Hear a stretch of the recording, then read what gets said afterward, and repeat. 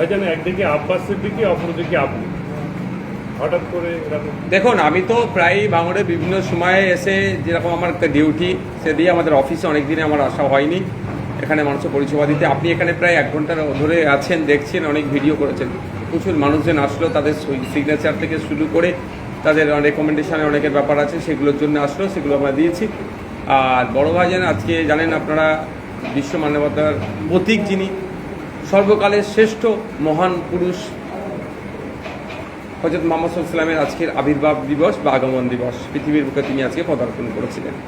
তো তার আজকে যেহেতু তিনি পদার্পণ করেছিলেন, সেই জন্য সারা পৃথিবী আজকে খুশি মানাচ্ছেন, ভাঙড়ের মানুষ আজকে খুশি মানাচ্ছে। ধর্মীয়ভাবে এখানে একটা ধর্মীয় সভা আছে, সেই সভাতে তিনি আজকে এসেছেন। এটাই গতকালকে বাহারুল ইসলাম, যিনি জেলা পরিষদ, তিনি বললেন যে নবিয়ানা মেম্বারে আব্বাস সিদ্দিকী রাজনীতি করতে আসে। ওদের মতো বোকা বোকা কথা কেন কথা বলছে? যদি প্রশ্ন করা হয়, তাহলে রমজান মাসে যে ইফতার খেতে গিয়ে মাথায় ঘুমটা টেনে মাথায় টুপিতে বসে সারাদিন ওদের রোজা রাখনি, সেগুলো কী ছিল?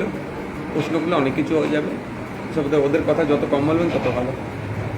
বামেদের সঙ্গে আপনাদের জোট কত? যেহেতু আপনি দেখুন, আমি 2021 সালে আমরা বাম কংগ্রেস আইএসএফ জোটে এসেছিলাম। আমরা 2026-এ আমরা চাইছি জোটটা তাড়াতাড়ি হোক, মানুষের কাছে পৌঁছাক, মানুষ যাতে করে বুঝতে পারছে এখন যে একটা বিকল্প খুঁজছে, বিজেপি তৃণমূলকে হারাতে হবে, তাই বিকল্প শক্তি হিসেবে আমাদেরকে থার্ড ফ্রন্ট আমাদেরকে গড়ে তুলতে হবে।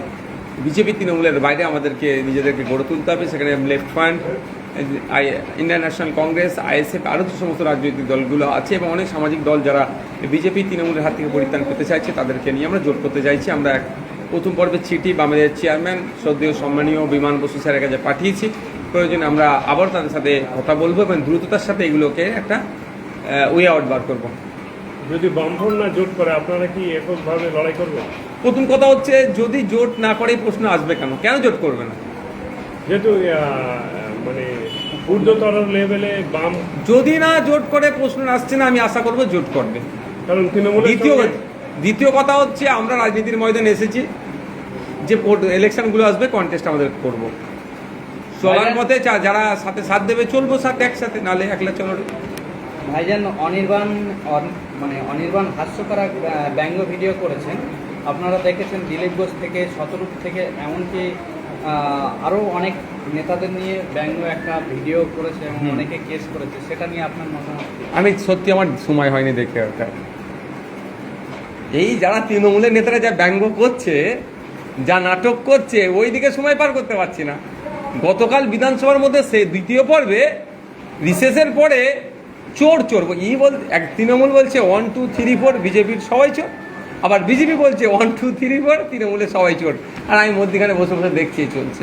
এরা বলছে কি, ভোট চোর গদি চোর, ভোট চোর গদি চোর, আর এরা বলছে চাকরি চোর গদি চোর। এ বলছে মমতা চোর, টিএমসি চোর, আবার ওরা বলছে মোদি চোর, টিএমসি চোর। এই নাটক কালকে চলেছে। এই নাটক দেখতে দেখতে ভাই আমার সময় পার হয়ে যাচ্ছে। অনির্বাণ বাবুর নাটক দেখার সময় আমার হয়ে ওঠেনি। ওয়াকার বিলের পর এসআইআর, এটা কি ভোটের ভোট ধরা কল? তবে এই নিয়ে অনেক আলোচনা আছে। আমি যদি ছোট্ট কথা বলবো, দেখেছো নওশাদ সিদ্দিকী সুরে সুর মিলাচ্ছে।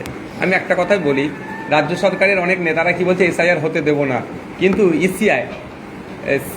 ইসিআইয়ের CEO, chief electoral officer, mail করলো নবান্নকে যে আমরা এসআইআর করব এই মর্মে।